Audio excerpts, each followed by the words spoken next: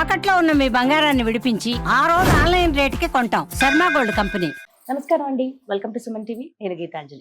ఇవాళ మనతో పాటు ఉన్న అతిథి సాగర్ సింధూరి గారు, మదనపల్లిలో ఉన్నటువంటి మహర్షి తపోవన ఆశ్రమ నిర్వాహకులు. మరి ఇవాళ సుమన్ టీవీ స్టూడియోకి వారు వచ్చారండి. వారితో మాట్లాడి చాలా ముఖ్యమైన విషయాలు తెలుసుకుందాం. గురుగారితో మాట్లాడదాం. గురుగారు నమస్కారం అండి. నమస్తే అమ్మా. భగవద్గీత అంటే 5000 సంవత్సరాల క్రితం దాదాపుగా అర్జునుడిని నిమిత్తంగా చేసుకుని శ్రీకృష్ణ భగవాన్ వరకు మనందరికీ చెప్పినటువంటి ఒక అద్భుతమైనటువంటి క్లాసెస్ అనే చెప్తాను నేను. అవి ఒక అద్భుతమైన ఏమని చెప్పాలి, ఎలా వర్ణించాలి, మీరే చెప్పండి. మీరు చెప్పింది అంతేనా? మన జీవితం ఎలా ఉంటుంది, ఎలా ఉండాలనేది మనకి వివరించారు కృష్ణ భగవాన్ల వారు. అయితే ఇప్పటి జనరేషన్ కి, ఇప్పుడున్నటువంటి పరిస్థితులకి ఎలా మనం వాటిని ఫస్ట్ అన్వయించుకోవాలి, దాంతోపాటు ఏం నేర్చుకోవాలి అసలు భగవద్గీత నుంచి, మన డే టు డే లైఫ్ లో లింక్ అవుతుందా ఎక్కడైనా? ఇది భగవద్గీత నుంచి ఇక్కడ ఇలా చెప్పారు కదా కృష్ణుల వారు, మనం ఇది లింకప్ చేసుకుని మనం దీని నుంచి నాలెడ్జ్ పొందొచ్చు, మనం ఎదగొచ్చు అనేటువంటి అంశాలు ఏమేమి ఉన్నాయండి అసలు? భగవద్గీత అర్జునునికి చెప్పింది కాదు, అర్జునుడిని పాయింట్ గా చేసుకుని మనకు చెప్పింది. అవును. అంటే భగవంతుని యొక్క ఉద్దేశం మాత్రము లోకానికి చెప్పవలసింది. మరి ఈ భగవద్గీతలో నుంచి ఏది మన జీవితానికి లింక్ అవుతుంది అంటే, భగవద్గీతలోని ప్రతి శ్లోకము లింక్ అవుతుంది. అవునా? ప్రతి శ్లోకం మనకి ఎందుకు అలా అనిపించట్లేదు అంటే, పెద్దగా పనికొచ్చేది మామూలుగా ఎవరైనా చనిపోయేటప్పుడు పెట్టడానికి తప్ప ఇది పెద్దగా వాడటం లేదు. అంతే కదండి. అంటే మనకు తెలిసింది మనం చాలా తక్కువ తెలుసుకున్నాం. అసలు భగవద్గీత నేర్చుకోవడం అనే మాట అనే దానికి ఏంటంటే, కొంతమంది ఏంటంటే 700 శ్లోకాలు వచ్చేస్తాయి, అనర్గళంగా చెప్పేస్తూ ఉంటారు. ఓకేనా? ఇది కాదు. ఓకేనా? ఆ శ్లోకం మొత్తం నేర్చేసుకోవడము కాదు, అర్థాలు బట్టి పట్టేయడము కాదు. అసలు భగవద్గీతను నేర్చుకోవడం అనే మాటకు అర్థం ఏంటంటే, అది మన లైఫ్ కు ఒక్కొక్క శ్లోకం ఏ విధంగా కనెక్ట్ అవుతుంది అని అర్థం చేసుకోవడం.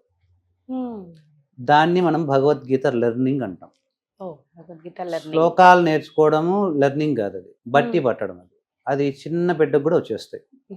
చిన్న బిడ్డ కూడా ఒక 6వ తరగతి అమ్మాయి చెప్పేస్తుంది.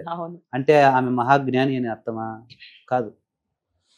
భగవద్గీతలోని ఆంతర్యము మనం అర్థం చేసుకున్నప్పుడు ఏది మనకు ఏ చాప్టర్ పనికి వస్తుందంటే, ప్రతి మాట పనికి వస్తుంది, not chapter, each and every word.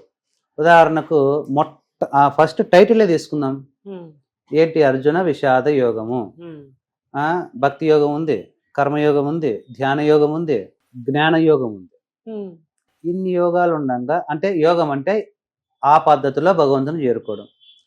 భక్తితో భగవంతుని చేరుకుంటే భక్తి యోగం, కర్మ ద్వారా చేరుకోవాలనుకుంటే కర్మయోగం, జ్ఞానంను ఉపయోగించి ఆత్మ సాక్షాత్కారాన్ని పొంది తానెవరో తాను తెలుసుకొని బుద్ధి యోగంతో భగవంతుని పొందడం.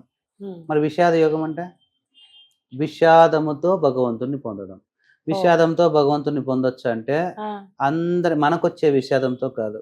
మనకు విషాదము మనకు కావాల్సింది లేకపోతే ఏడుపు, మనకి ఏదైనా కోల్పోతే, అంటే మనకున్నది పోగొట్టుకునే లేకపోయినా అది లేదు ఇది లేదని ఏడుపు వస్తుంది. ఈ ఏడుపు కాదు, ఈ భౌతిక విషయాల గురించి వచ్చి ఏడుపుతో భగవంతుని చేరుకోలేము మనం. జ్ఞానం కోసం ఎవడు ఏడుస్తాడో, ఎవడైతే శాంతి కోసం లోపల తపన పడతాడో, ఎవడైతే సత్యాన్ని వెతికేదానికి ఏడుస్తాడో, అది అర్జునుడు ఆ పని చేశాడు. అటువంటి వారి యొక్క దుఃఖము భగవంతుని చేరుకునే దానికి మార్గం చూపిస్తుంది. టైటిలే చెప్తుంది, నీకు నిజంగా తపన ఉండి ఆ తపనలోంచి సత్యం తెలుసుకోవాలి, భగవంతుని తెలుసుకోవాలన్నటువంటి ఏడుపు కన్నీళ్ళు నీలో వస్తే అప్పుడు నీకు జ్ఞానానికి అది ఒక విత్తనం స్టార్ట్ అవుతుంది అక్కడ. ఫస్ట్ శ్లోకం ధర్మక్షేత్రే కురుక్షేత్రే సమవేత యుత్సవః. మొదటి మాటే ధర్మతో మొదలైంది. మీరే చెప్పండి, ధర్మం అంటే ఏంటి? ఎవరికి హాని చేయకుండా ఉండడం. ఎవరికి హాని చేయకుండా ఉండటం. మరి ఎవరికి హాని చేయకుండా ఉండామా? మనము ఏదో ఒక రకంగా చేస్తూనే ఉంటాం. ఒక అనివార్యం అయిపోతుంది కదా. ధర్మం అంటే సింపుల్ గా చెప్తాను చూడండి, నువ్వు నీ సహజ స్థితిలో, అంటే నీ సహజ స్థితి అంటే ఏంటంటే ఆనందంగా ఉండటం. అది నీ డిఫాల్ట్ స్టేట్. అది మనకు తెలియక మనము ఏదేదో అజ్ఞానం చేత ఎప్పుడు దుఃఖంతో ఉంటున్నాం. కానీ యాక్చువల్గా మానవుని యొక్క సహజ స్థితి హ్యాపీగా ఉండడమే. ఎవర్ గ్రీన్ బ్లెస్, సదా చిత్ ఆనంద స్వరూపం అన్నమాట. అంటే నీ సహజ స్థితి ఏంటి? ఆనందంగా ఉండటం. ఇలా నీ సహజ స్థితి అయినటువంటి ఆనందంగా నువ్వు ఉంటూ ఆ ఆనందాన్ని ఇతరులకు దూరం చేయకుండా వాళ్ళతో ప్రవర్తించడమే ధర్మం అంటే. సింపుల్గా చెప్పాలంటే నువ్వు ఆనందంగా శాంతిగా ఉంటూ ఇతర జీవరాశులను కూడా ఆనందంగా శాంతిగా ఉండనిచ్చేటట్టుగా నీ ప్రవర్తన, నీ మాట, నీ పని, నీ యొక్క చేష్టలు ఉంటే నువ్వు ధర్మంలో నడుస్తున్నావు, ధర్మాన్ని అనుసరిస్తున్నావు అని అర్థం. ఇదే చెప్పాడు భగవద్గీత మొత్తం. నీ ప్రవర్తన ధర్మంగా ఎలా మారాల, ఒకానొక ధర్మాన్ని ఎదుర్కొనే సిచ్యువేషన్ వచ్చినప్పుడు నీ ప్రవర్తన ఎలా ఉండాలా, నీ మాటల్లో ధర్మంగా ఎలా ఉండాలా, నీ చేష్టలు ఎలా ఉండాలా, నువ్వు నీ జీవితంలో చేసే ప్రతి యాక్టులోనూ ధర్మం ఎలా ఉండాలి అని చెప్పిందే భగవద్గీత. ఇది లైఫ్కి ఎలా అప్లై చేసుకుంటే, ఇప్పుడు ఉదాహరణకి మనము జీవితాన్ని నేను మార్చుకోవాలా అని పర్సనాలిటీ డెవలప్మెంట్ క్లాసులకు వెళ్తాం. అక్కడ పోయి ఏం నేర్చుకుంటాం? మామూలుగా హైదరాబాద్ సిటీలో కూడా పర్సనాలిటీ డెవలప్మెంట్ క్లాసెస్ ఏం చెప్తారు? మామూలుగా నీట్గా ఎలా ఐరన్ చేసి డ్రెస్ చేసుకోవాలా, సూటబుల్ బెల్ట్ ఎలా పెట్టుకోవాలా, సూటబుల్ టై ఎలా కట్టుకోవాలా, ఎలా నీట్గా నడవాలా, బాడీ లాంగ్వేజ్ ఎలా ఉండాలా, అందంగా ఎలా మాట్లాడాలా, ఎలా ఆకట్టుకోవాలా, బాడీ లాంగ్వేజ్, ఇవే కదండి నేర్పిస్తారు. ఇది పర్సనాలిటీ డెవలప్మెంట్ కాదు. అసలు పర్సనాలిటీ అంటే మనం వేసుకునే డ్రెస్సును, మన యొక్క ఆభరణాలు అవి కాదు. పర్సనాలిటీ అంటే వ్యక్తిత్వము కదా, వ్యక్తి యొక్క స్వభావము. ఈడ నా స్వభావంలో నేను విపరీతమైన ఎప్పుడు భయము, నేను ఏమీ చేయలేను, ఏమైనా చేస్తే పక్కన వాళ్ళు ఏమైనా నవ్వుతారేమో, ఫెయిల్యూర్ అయిపోతుందేమో, నేను ఆ ఉద్యోగం పొందలేనేమో, నా వల్ల కాదేమో, నేను ఈ కార్యాన్ని సాధించలేమో అని వ్యక్తిత్వంలో అనేక రకాల భయాలు, లోపాలు ఉన్నటువంటి వాళ్ళకి ఆ భయాలను సమస్తాన్ని తొలగించి ఆత్మవిశ్వాసాన్ని నింపి ఆ వ్యక్తిత్వాన్ని వికసింపజేసే జ్ఞానం ఏదైతే ఉంటుందో దాన్ని పర్సనాలిటీ డెవలప్మెంట్ అంటారు. దీన్ని శ్రీకృష్ణ పరమాత్మ 13వ అధ్యాయం దైవాసుర సంపద్ విభాగ యోగము దాంట్లో 3 శ్లోకాలు చెప్పాడు. If you want to develop your personality really, నీకు నిజంగా నీ పర్సనాలిటీ డెవలప్ చేసుకోవాలంటే ఏమేమి డెవలప్ చేసుకోవాలా, ఏ విషయాలను నువ్వు నీ లోపల డెవలప్ చేసుకుంటే నీ వ్యక్తిత్వము వికసిస్తుంది, అద్భుతంగా పరిమళిస్తుంది, ప్రపంచానికి మంచి సువాసనలు ఇస్తుంది, వెలుగునిస్తుంది అంటే 3 శ్లోకాల్లో చెప్పాడు. అభయం సత్వ సంశుద్ధిర్ జ్ఞానయోగ వ్యవస్థితి దానం దమశ్చ యజ్ఞశ్చ స్వాధ్యాయస్తపార్జవం అహింస సత్యం అక్రోధ త్యాగశాంతిరపైసునం దయాభూతేష్వ అలోలుప్త్వం మార్దవం హ్రీర అచాపలం త్యజ క్షమా ధృతి శౌచం అద్రోహో నాతిమానిత భవంతి సంపదం దైవీం అవిజాతస్య భారత. భగవంతుడు 26 గుణాలు చెప్పాడు. నీ వ్యక్తిత్వాన్ని నువ్వు వికసింపజేసుకోవాలా, పర్సనాలిటీని డెవలప్ చేసుకోవాలి, ఒక బెటర్ వర్షన్ని క్రియేట్ చేసుకోవాలా అంటే మొట్టమొదట అభయం అంటే భయపడకుండా ఉండాలి, పక్కనోని భయపెట్టకుండా ఉండాలి. కొంతమంది మాటల చేత చేష్టల చేత పక్కన వాళ్ళకు కంగారు, భయం, అశాంతి కలిగిస్తూ ఉంటారు.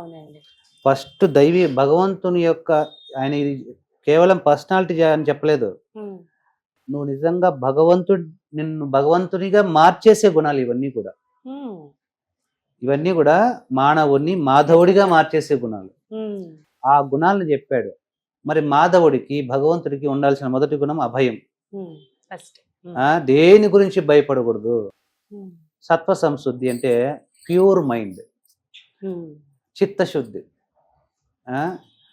అభయం సత్వ సంశుద్ధి, జ్ఞానయోగ వ్యవస్థితి అంటే జ్ఞానం, ఏది సత్యమో ఏది అసత్యమో శాస్త్ర ప్రమాణంగా నిర్ధారణ చేసుకుని సత్యమును తెలుసుకొని జీవించు. ఎవరు చెప్పిందల్లా అనేసి దాన్ని గుడ్డిగా ఫాలో అయిపోయి చేటు తెచ్చుకోవద్దు. జ్ఞానంతో వ్యవహరించు, దానం చేయి.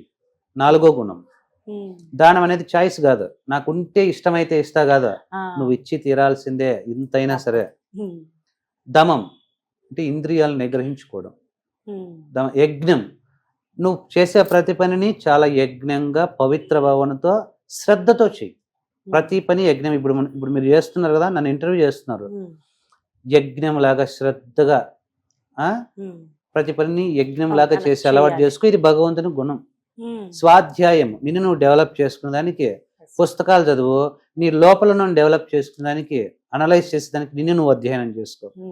తపస్సు తెలియాలి. ఆ ఏమి ఒక సంకల్పం చేసుకుంటే అది సాధించేంత వరకు ఎన్ని సుఖాలనైనా త్యాగం చేసుకొని దాన్ని పట్టుబట్టి దాన్ని సాధించుకోవడమే తపస్సు అంటారు. ఓకేనా? తపస్సు అనేది నీ గుణంగా ఏర్పాటు చేసుకో. అహింస, సాధ్యమైనంత తక్కువ హింసతో జీవించు, సాధ్యమైనంత. అలవాటు చేసుకోవాలి. అది అత్యవసరమైతేనే. సత్యము, లేనిపోని దానికి అబద్ధాలు చెప్పేయద్దు, ప్రతి చిన్నదానికి అబద్ధం చెప్పేయద్దు. ఎంత డిఫికల్ట్ సిచ్యువేషన్ నిజం చెప్పి ఫేస్ చేయదాన్ని, అప్పుడు నువ్వు స్ట్రెంగ్తెన్ అవుతావు, నువ్వు తట్టుకుంటావు. రేపు పొద్దున ఎంత పెద్ద గొప్ప సంఘటన వచ్చినా కూడా నువ్వు తట్టుకొని నిలబడతావు. అక్రోధము అంటే పగబట్టదు పాములాగా. కొందరు పగ సంవత్సరాల తరబడి కొనసాగుతుంది, కానీ మహాత్ముల యొక్క కోపము గడ్డి వంటలాగా అలాగా మలిగి వెంటనే చల్లారిపోతుంది. కాబట్టి మనుషుల కోపం రావాలా ఇతరులను లైన్ లో పెట్టడానికి, ధర్మంలో పెట్టడానికి. కానీ కోపము అది కొనసాగిస్తే దాన్ని క్రోధం అంటారు. ఆ క్రోధం వద్దు, అక్రోధం. త్యాగం, నువ్వు ప్రేమించిన వాళ్ళ కోసం ఏదో గొప్ప పని జరగడం కోసము నీ సుఖాలను త్యాగం చేసుకో. త్యాగం చేస్తే నువ్వు త్యాగేనైక అమృతత్వ శుద్ధి అంటారు. త్యాగం చేస్తేనే నీకు అమృతత్వం లభిస్తుంది. అహింసత్య అపైసునం, నిందలేయద్దు. నీ సక్సెస్ కైనా ఫెయిల్యూర్ కైనా నువ్వు మాత్రమే బాధ్యత తీసుకో. వాడు అలా చేస్తుంటే నేను ఇలా అయిపోయి ఉండేవాడిని, వాడు అలా చేశాడు కాబట్టి నేను ఇలా ఉండానని నిందలేయద్దు. Just take the responsibility, accountability. తేజస్సు, నీలో ఒక తేజస్సు ఉంటుంది. ఆ తేజస్సు చేత నువ్వు ప్రపంచాన్ని అందరికీ తెలియజేయబడతావు. ఇప్పుడు నన్ను మీరు పిలిచారంటే అర్థమేమి, సంథింగ్ ఏదో ఒకటి అట్రాక్షన్ ఉంది కాబట్టి పిలిచారు. నిన్ను ఏదైతే ప్రపంచానికి తెలియజేస్తుందో అది నీలో శక్తి. ఆ శక్తిని వృద్ధి చేసుకో. దాంతో వెలుతురు అందరికి. క్షమ, ఎంత పెద్ద తప్పు చేసినా క్షమించే గుణాన్ని కలిగి ఉండు ఇమ్మీడియట్ గా. ధృతి, పట్టుదల, ఒక సత్కార్యాన్ని వదలదు ఎంత కష్టమైనా సరే. శౌచం, లోపల బయట శుభ్రంగా ఉండు, శుద్ధిగా ఉండు. అద్రోహము, ప్రాణము పైన ఇచ్చిన మాట తప్పద్దు, నమ్మక ద్రోహం చేయొద్దు. నాతిమాన్యతము, తప్పు అయితే తప్పు ఒప్పుకో, తప్పు అయినా కూడా నాదే కరెక్ట్ అని వాదించొద్దు. దురభిమానం అంటారు దీన్ని, ఇది వద్దు. ఇలాంటి అద్భుతమైనటువంటి గుణాలు, పర్సనాలిటీ డెవలప్మెంట్ కాన్సెప్ట్స్ భగవద్గీత మనకు చెప్పింది. ఇవి మనం నేర్చుకోవాలా. కర్మ ఎలా చేయాలా? ఇప్పుడు కర్మ ఫెయిల్ అయితే, వ్యాపారం నష్టమైతే సూసైడ్ చేసుకుంటారు, పరీక్ష ఫెయిల్ అయితే సూసైడ్ చేసుకుంటారు కదా. జీవితాన్ని అర్ధాంతరంగా కష్టాల్లోకి నెట్టుకుంటారు. భగవంతుడు కర్మణ్ణి వాధికారస్తే అనే శ్లోకం కర్మయోగం గురించి చెప్పడం ద్వారా నిన్ను ఫెయిల్యూర్ వచ్చినా సక్సెస్ వచ్చినా నువ్వు స్టాండర్డ్గా నిలవగలిగే శక్తిని ఇచ్చే జ్ఞానము ఉంది. ఇలాగా ప్రతి చాప్టర్లోనూ, ప్రతి శ్లోకంలోనూ, ప్రతి పదము కూడా మన జీవితాన్ని మనము చాలా సాలిడ్గా నిర్మించుకునే జ్ఞానము భగవద్గీతలో ఉంది. ఇది మనము స్టడీ చేయాల. మామూలుగా ఒక వస్తువు నువ్వు కొనుక్కుంటే దాన్ని ఎలా వాడచ్చో వాడకూడదో ఒక మాన్యువల్ ఇస్తారు. మళ్ళీ నీ లైఫ్ చాలా ప్రీషియస్, దీంతో నువ్వు ప్రపంచ ఘనకార్యాలు చేయాల్సి వస్తుందేమో, అంత గొప్పది అదే.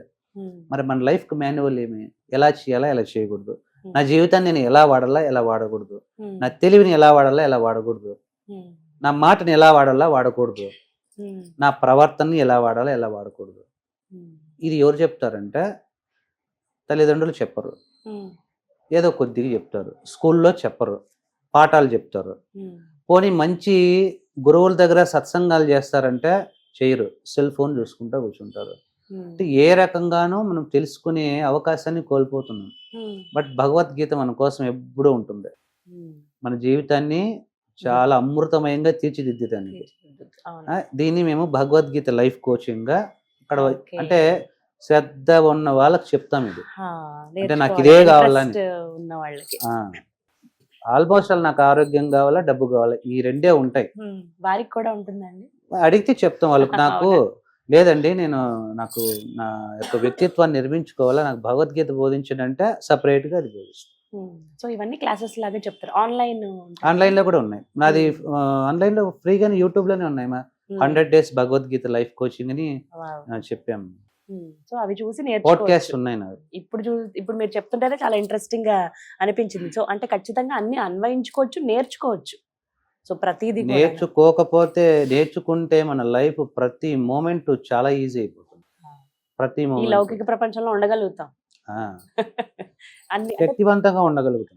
అందులోనూ తామరాకు పైన నీటి బొట్టులాగా అటాచ్మెంట్స్ ఏవి లేకుండా ఎంత మనిషి ఉండాలో అంతే ఉండాలని. 2 విషయాలు నేర్చుకోవాలా. 1000 కోట్లు సంపాదించడం నేర్చుకోవాలా. ఓకే, 1000 కోట్లు పోయినా నవ్వుతా ఉండడం నేర్చుకోవాలా. ఈ 2 మేము నేర్పిస్తాం. ఇవి కావాలండి ఫస్ట్. ఇప్పటి సొసైటీలో ఉన్నటువంటి పబ్లిక్ ఎవరైనా, చిన్నైనా పెద్దయినా, లింగభేదం లేకుండా, వయసు సంబంధం లేకుండా ఎవరికైనా నేర్చుకోవాల్సినవి ఇవే. ఉన్నప్పుడు ఎలా ఉన్నాము, లేనప్పుడు ఎలా ఉన్నాము, ఎలా ఉండాలి అనేది. భగవద్గీత అనేది కృష్ణ గీత కాదు. గణేశుడు చెప్తే గణేష్ గీత, కపిలుడు చెప్తే కపిల గీత, ఉద్ధవుడు చెప్తే ఉద్ధవ గీత, కృష్ణుడు చెప్తే కృష్ణ గీత అని అనలేదు. కృష్ణుడు కాదు చెప్పింది, సాక్షాత్తు భగవంతుడే చెప్పాడు, కృష్ణుని రూపంలో ఉండే. అందుకే ఇది భగవద్గీత. భగవద్గీత అంటే భగవంతుడు చెప్పింది, దాంట్లో అసత్యం ఉండదు. మొట్టమొదటిది అందులో చెప్పినట్టు చేస్తే మనకు విజయము తథ్యము. ఎత్ర యోగేశ్వర కృష్ణ ఎత్ర పార్థో ధనుర్ధర తత్ర శ్రీ విజయోర్భూతి ధ్రువానితిర్మతిర్మమ. ఎక్కడ చెప్పినట్టు చేసే అర్జునుడు, ఓకేనా, మంచిని బోధించే భగవంతుడు నీ లోపల ఇద్దరు ఉంటారు, ఆటోమేటిక్ గా నీకు విజయము, కీర్తి, సంపద అన్ని లభిస్తాయి. అది మనం వినాలి ఫస్ట్.